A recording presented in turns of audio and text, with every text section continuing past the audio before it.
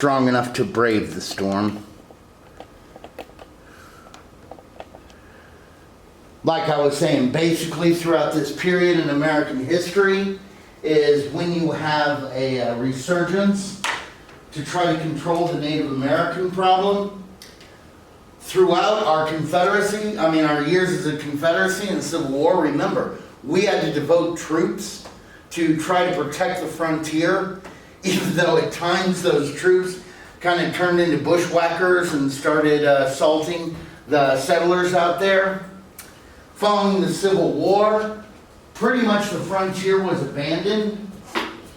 A Waco newspaper in April of 1866 claimed that not more than 1/5 of the ranches in the vicinity of Waco were still occupied.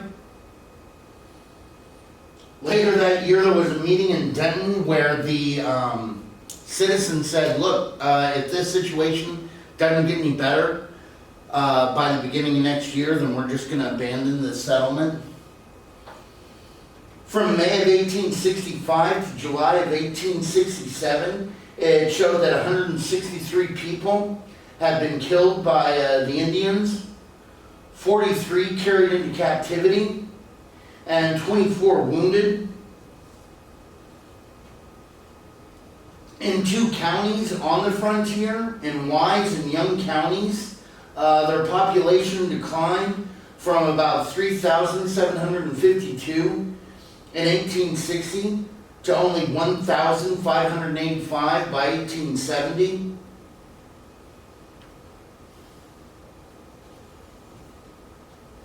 Now, the government gets in, and the government tries to do it on the cheap. The government wants peace. Why do you think the government wants peace? Why are they pursuing Pacific policies, especially under President U.S. Grant? How did Grant become famous? What did he fight in? Civil War? Yeah, the Civil War, America's bloodiest war, period. So war isn't very popular, and he's trying to find some way around doing it again? Well, guys, we just got done with a huge war. We don't want any more. Wars cost lives, wars cost money. If you can do it through peace, let's go through peace. Basically, at the Treaty of Medicine Lodge Creek, Native American representatives were attempted to be swayed to move on to reservations. Some agreed in other areas of the nation. Here in Texas, not so much. All of the Kiowa Indians and more than half of the Comanches totally refuse, resulting in we still have a very hot frontier, militarily wise. Then in May of 1871, near Fort McCavitt, you have the Salt Creek Massacre, where basically a bunch of guys were delivering mules to the army.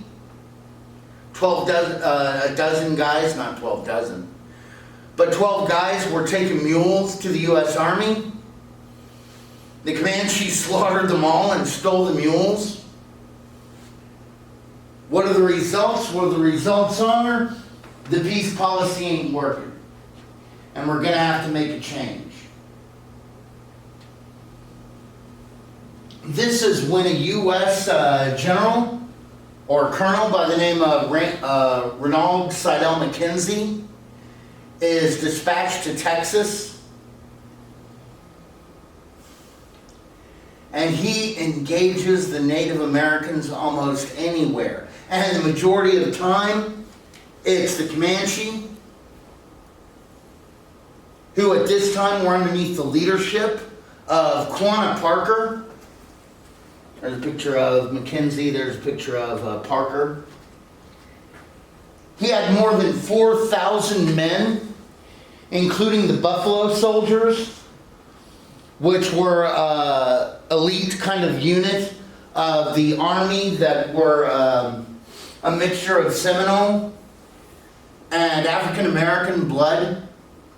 That basically were Indian fighters. They were Indian, And they were Indian fighters. They got the nickname Buffalo Hunter because their hair resembled that of a buffalo, but also it was a term of respect by the Indians because they saw the buffalo as a noble creature. Because for many of the Plains Indians especially, buffalo was their survival. And even though he engaged the Comanches in South Texas, in Southwest Texas, perhaps the most pivotal battles that he had with them was with in what was called the Red River War, where these two foes fought each other. And it was kind of an even fight till Mackenzie and his men discovered in Palo Duro Canyon not only the villages, but about 1,200 horses.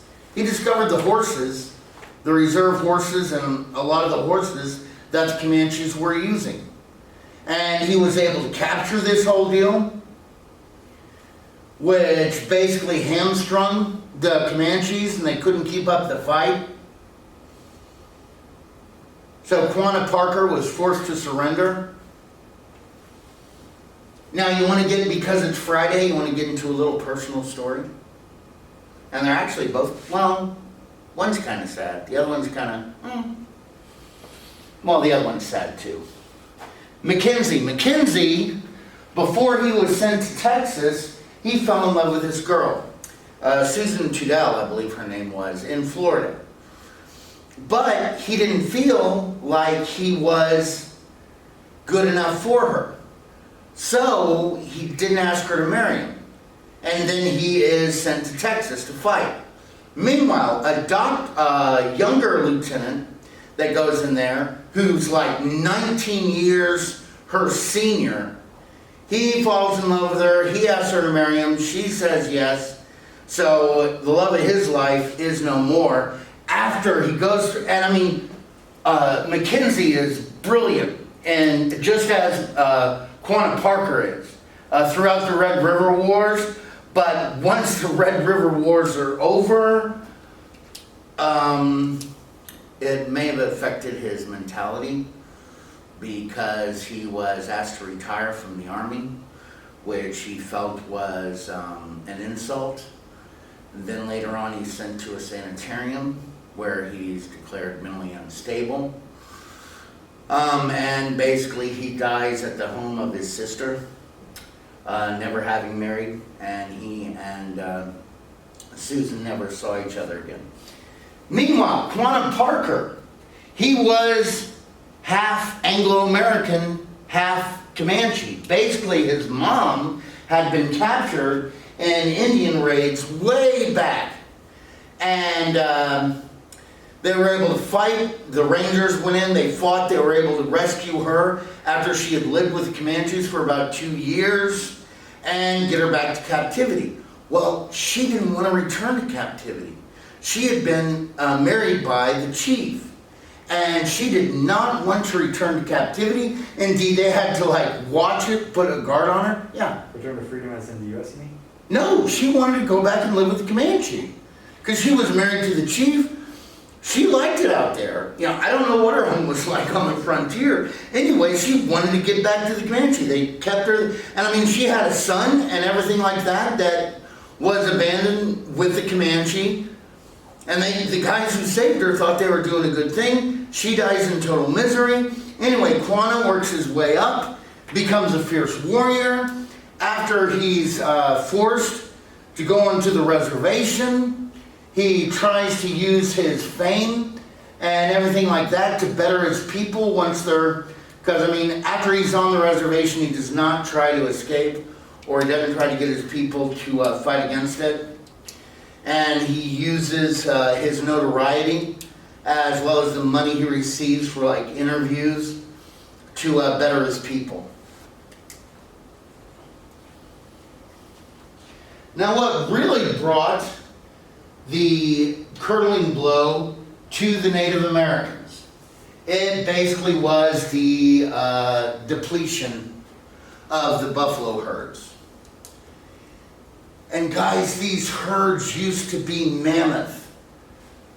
I mean, the biggest, before the Civil War, the biggest amount of hides that we have is when in 1828, 199,870 hides, buffalo hides, were in New Orleans. Thank you.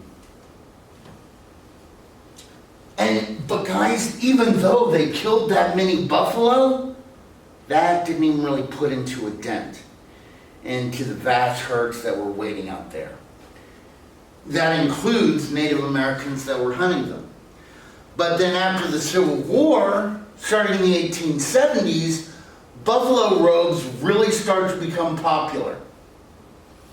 And now that we have the completion of the Transcontinental Railroad, basically buffalo hunters would go out on these trains, and if there was a buffalo herd that was crossing the tracks, which sometimes happened, indeed, they might have to wait as long as 3 days to make sure the whole herd got across the railroad tracks.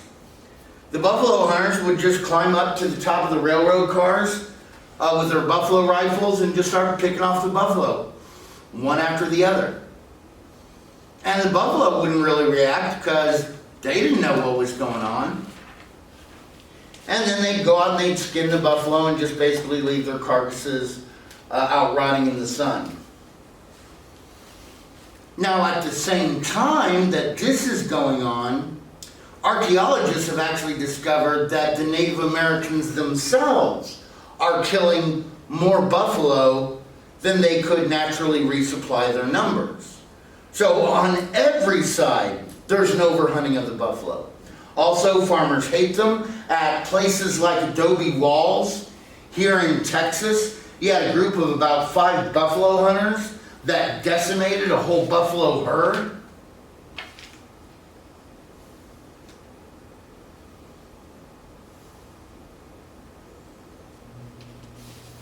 And basically, with the completion of the Transcontinental Railroad, they were hunted well nigh to almost to near extinction.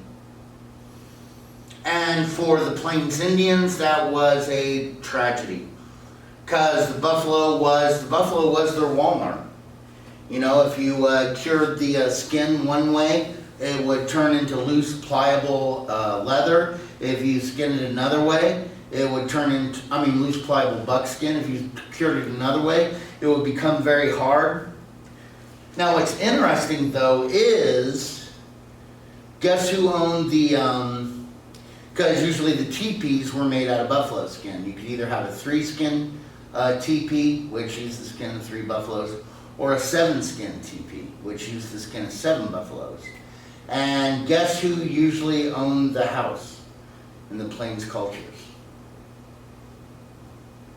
The woman.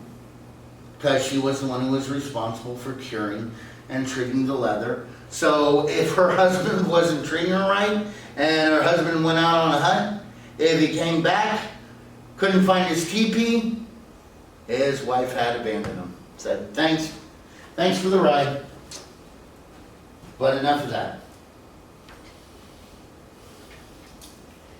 Meanwhile, with the pushing back of the frontier, here you can see where it is. This is the area that's settled by 1870. By 1880, we've advanced a little bit further. And then by 1890, advanced just a little bit further.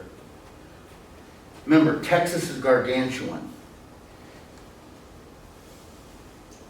Just like people were out trying to capture and make money off the wild cattle that was on the plains, you also had guys that were Mustangers or Tejanos that were Mestineros that basically went out and captured the wild horses, because there were herds of wild horses here in Texas.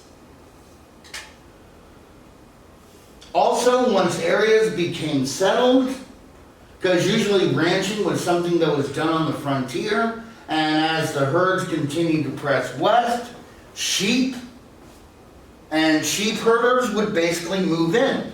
This is especially true in the hill country, which was not that conducive to raising cattle. By 1870, we have 1,223,000 sheep in Texas. By 1880, we have 6,024,000.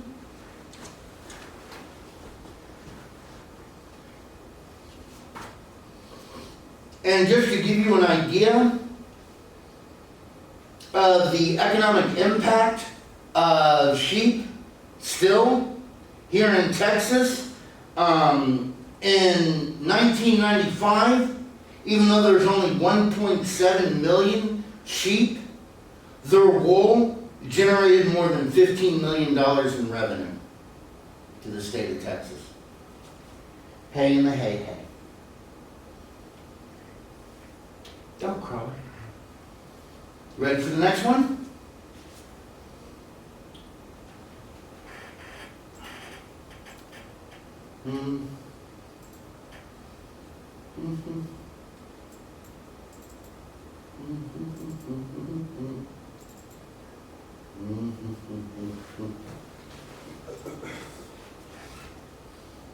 The age of reform.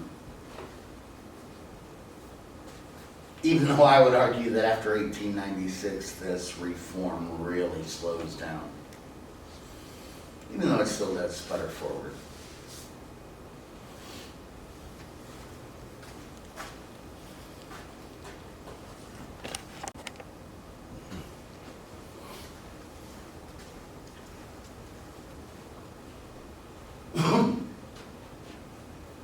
All right.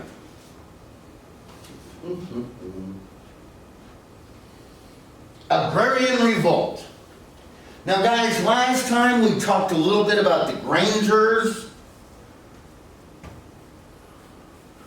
We talked about other attempts to try to get the farmers to unify. And here in Texas, as the Grangers and the Greenback Party was falling into disarray, the Farmers Alliance arose to take its place.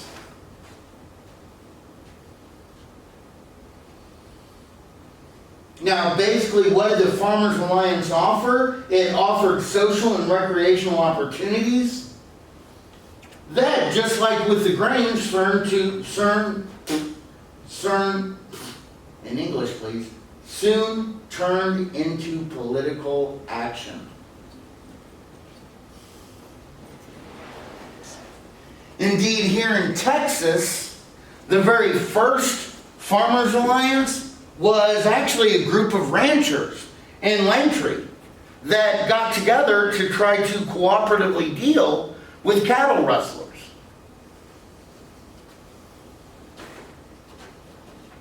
Now, about a year later, a year after this, there would be a Northern Farmers Alliance that started, and after a little while, the two groups joined together, but we'll get into that.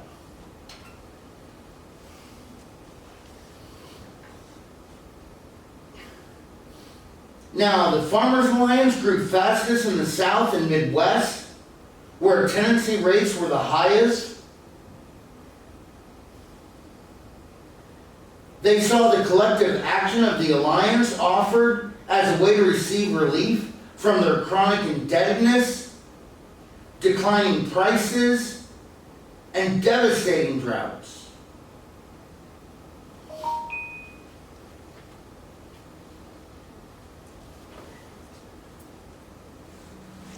So guys, these are people, these are farmers that are trying to get together to basically, hey, I can't afford a tractor or I can't afford a plow, but if we all work together, we can all chip in some money and we can buy a plow and I'll be able to use it on these days, you can use it on these days, they'll be able to use it on these days, etc. Unlike the Grange, this was much more grassroots and local.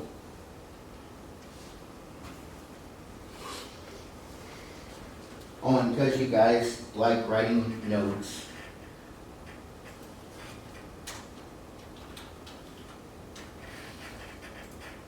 just noticed that was wrong.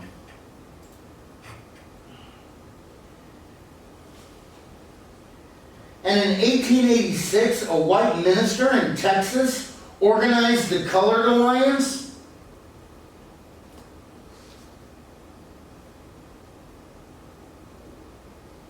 His name was Richard Manning Humphrey. He was a Baptist preacher. Basically, this was for black farmers, which actually made it the first national black organization.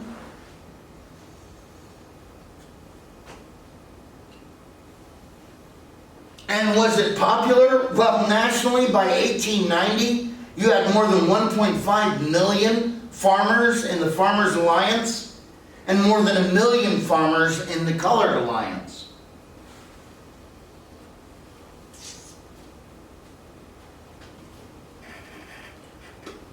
Oh, and by the way, these guys wanted both groups to work together.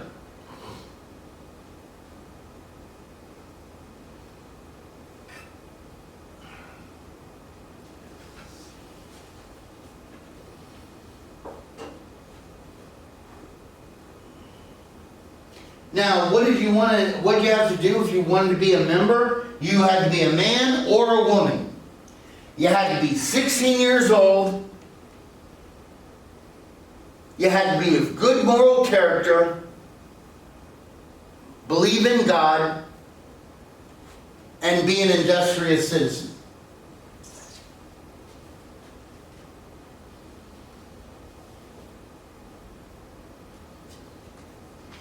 And as this was the first political organization that actively called out for the participation of women,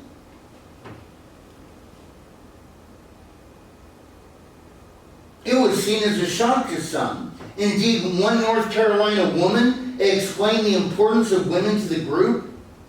She said, "Drudgery, fashion, and gossip are no longer the bounds of a woman's sphere." One of the Alliance's publications claimed the Alliance has come to redeem woman from her enslaved condition and place her in her proper sphere. And as you can guess, the number of women in this group grew, and many assumed key roles.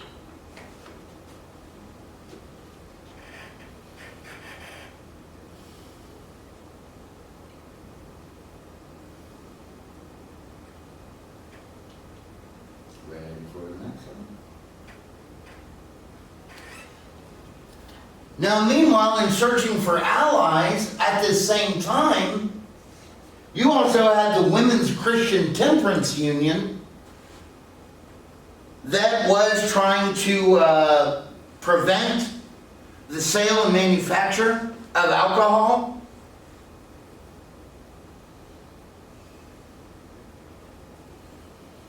And the Grangers had been anti-alcohol. The Alliance somewhat.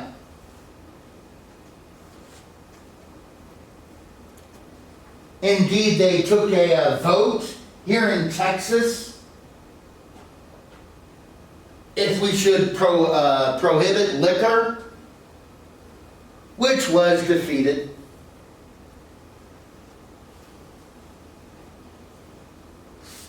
There also was a push by some women's groups, the largest of which was led by Rebecca Henry Hayes, for women to get to vote here in Texas.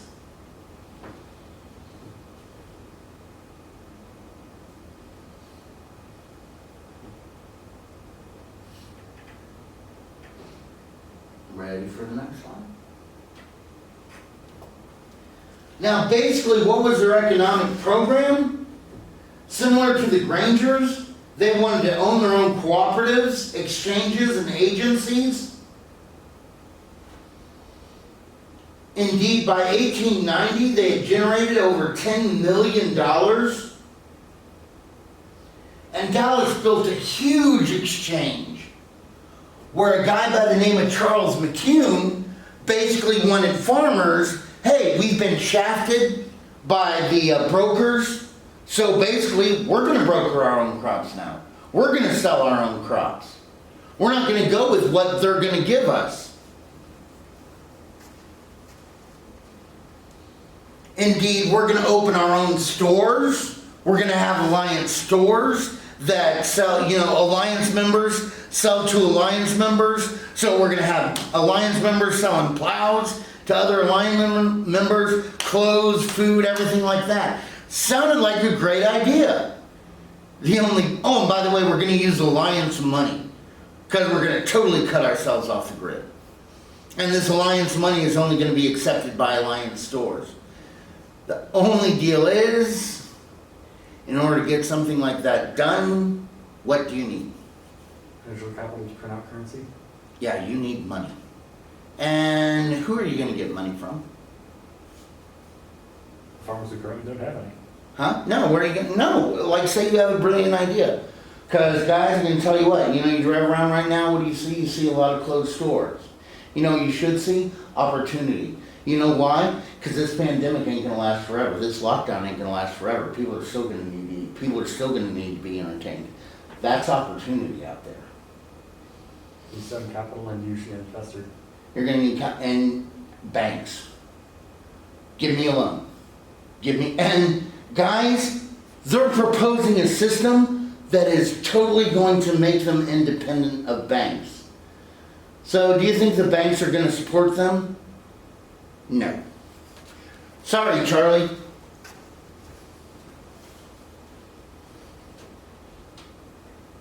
There's good old Charles McCune.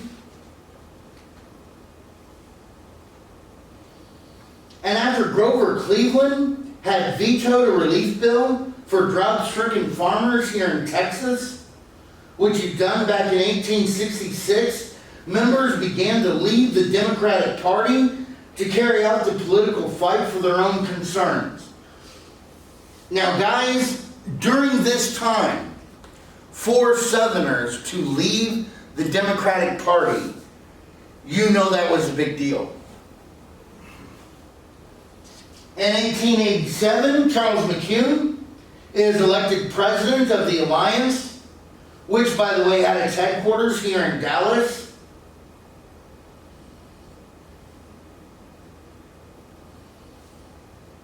And like I told you, the Texas farmers opened up their own exchange. Everything was seeming to be going great. But outside banks refused to recognize Alliance notes as legal tender. Those Alliance stores that were selling goods to other Alliance members were charging too much money because other people would sell it to them cheaper. So the farmers, who at the end of the day, the buck is the biggest thing, they're going to go to the cheaper place. And some of the farmers had been so poor that they let them join the Alliance even though they hadn't paid their membership dues. And they always said, oh, well, we're going to pay you. Don't worry, we'll pay. But they never paid them. So McCune goes out and tries to get the government to do a sub-treasury plan where farmers could store their crops in government-owned warehouses and receive government loans for up to 80% of their crop's value at a 1% interest. This would have caused more money to have been printed. It even made it all the way up to Congress, but it was never adopted. So this in turn convinces many farmers, not just in Texas, that if farmers are going to be able to do anything, they need political power. Now guys, this is like a total reverse of what America was founded on. America was founded on keep the government as far away as possible from you. This, however, is where people are saying, no, the government can empower us.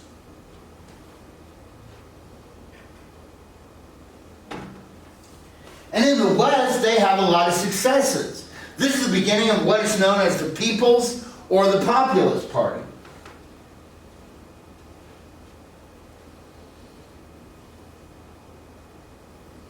Indeed, a populist governor was elected in Kansas in 1892. They took control of one of the legislative houses in Nebraska. In South Dakota and Minnesota, they gained the balance of power at the state legislatures. And in Kansas, a populace was actually sent to the National Senate.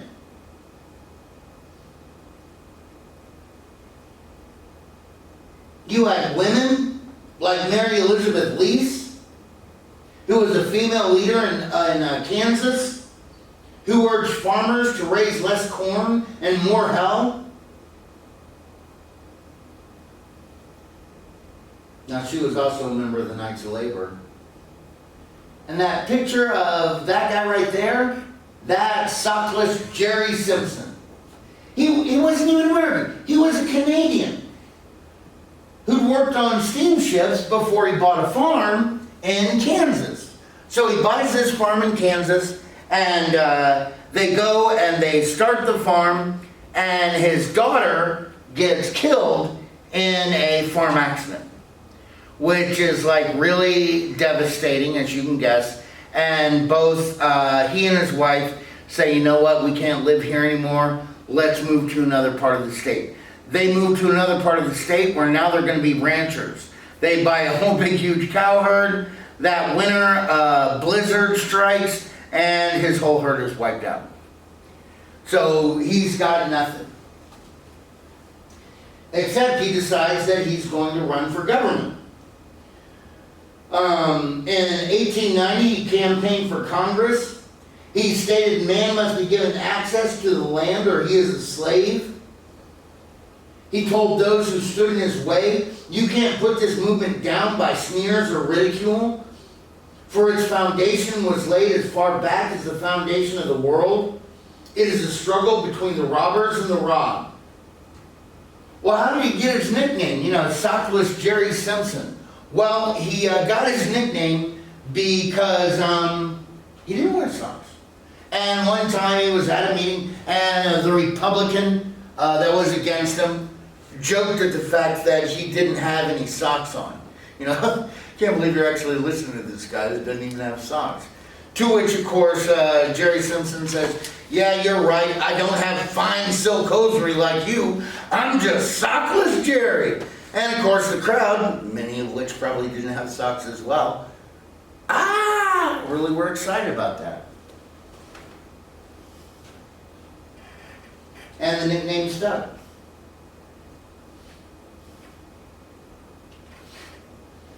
Then we have guys like Tom Watson. Now, Tom Watson is a guy that's, it depends on who you talk to. Okay, I'll tell you who he was. Tom Watson was a guy in Georgia. He was born to a family that was very wealthy before the Civil War, and after the Civil War, basically all his wealth is wiped out. He becomes a lawyer, and he wants to win with the Populist Party and become senator. And he tried to join black and white tenant farmers and sharecroppers together. He said, you are kept apart so that you may separately be fleeced of your earnings. And talked a lot about everybody working together. Well, and he seemed, hey, this is a real bright star. He's talking a lot about unity. This is wonderful. Well, then he loses the election. And who does he blame the loss of his election on?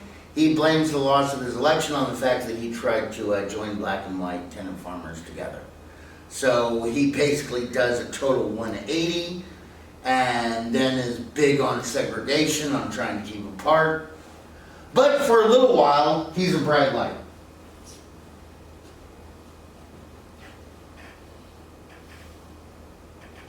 Kind of looks like Bill Nye. Huh? Kind of looks like Bill Nye. A little. Tom Watson, the science guy. Tom Watson. Now in the South, especially in Texas, like I told you, it was scary to leave the Democratic Party. Why would it have been scary to have left the Democratic Party? Is it surrounded by those who disagree with you and you're isolated from society? Maybe, but also if you leave the Democratic Party is going to get less votes.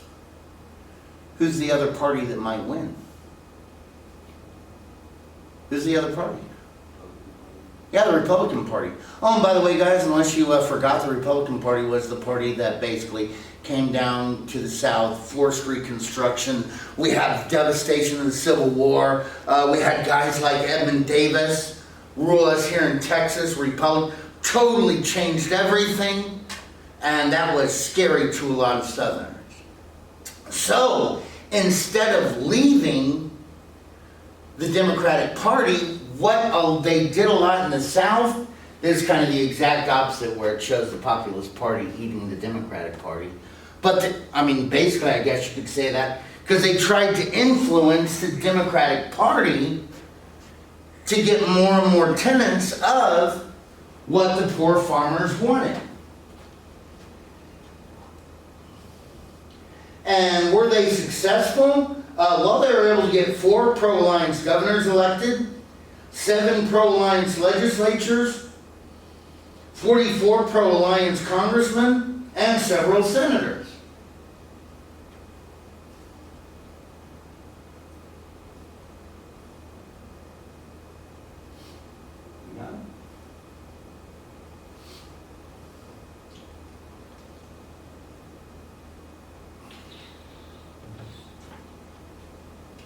And that's one example of this is James Stephen Hogg, Texas Democratic governor. His father was a brigadier general for the Confederacy. He was born in East Texas. He was a lawyer. He was known as Farmer Jim. He was able to get, and he really went hard after the trusts and monopolies. He was the guy who really regulated the railroads here in Texas, setting a maximum freight rate, which of course the farmers would have loved, because remember, they felt the railroads were gouging them.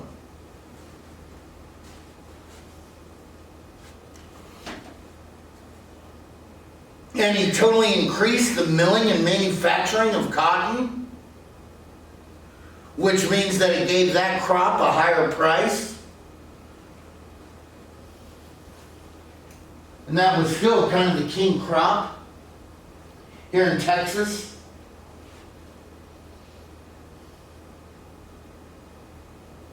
So while he may not have done much to build like the cooperatives or exchanges or stuff like that, he was working with them. And it was enough to placate a lot of the farmers.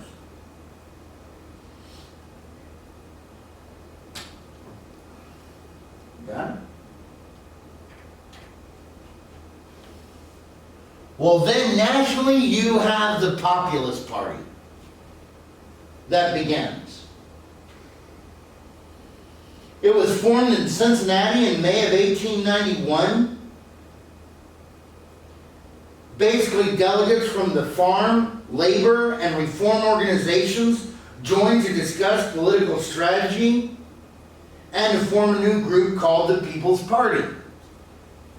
And you can see here, and then the very next year, on July 4th, 1892, oh, and by the way, July 4th, that was specifically chosen, because that was the day they announced the Omaha platform. And here's where you can see the People's Party. It calls it a party of lunacy down here. You see it's made up of the Farmers Alliance, Old Greenback, Knights of Labor, Old Granger Party, Communists, Free Silver, Prohibition, Socialists. Basically, they got all these disaffected groups together, and they were going to change America. In finance, they wanted implementation of that sub-treasury plan I was telling you about. They wanted the unlimited coinage of silver, a graduated income tax, postal savings banks to protect depositors from small town banks that could be wiped out by depressions. In transportation, they said that the time has come when the railroad corporations will either own the people or the people must own the railroads. They basically wanted a nationalization of the railroads, the telephone and telegraph systems.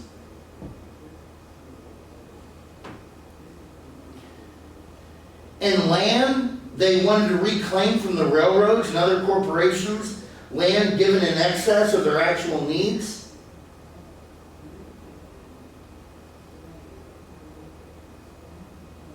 And finally, they wanted an 8-hour workday and the restriction of immigration. And why in the heck would they have wanted an 8-hour workday? If you're a farmer, you work from sun up, sun down. Restriction of immigration, if you're a farmer. Because guys, they're trying to placate labor. Because remember, they took all these disaffected groups. Some of them, like the Knights of Labor Party, that was the first big, huge union that America had. So, because they're trying to win through numbers. Ready to go to the next one? The election of 1892. James Beaver was the populist presidential candidate. He was from Iowa. He had been a Union general. So the party named a former Confederate general as the vice president. But Weaver carried with him the stigma of defeat, as he had been an unsuccessful candidate for the Greenback Party 12 years prior. Regardless, though, he carried more than 1 million votes and more than 4 states.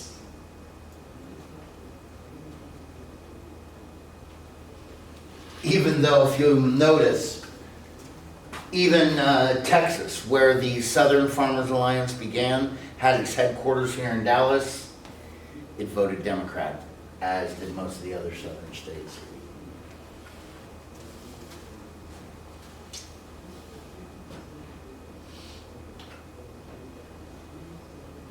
Well, perhaps the best thing that happened, I guess I could go back, no, where am I? Yeah. Weaver got more than 1 million votes, carried 4 states, although the 2 main candidates had received over 5 million votes. Cleveland got in by winning the popular and electoral college votes,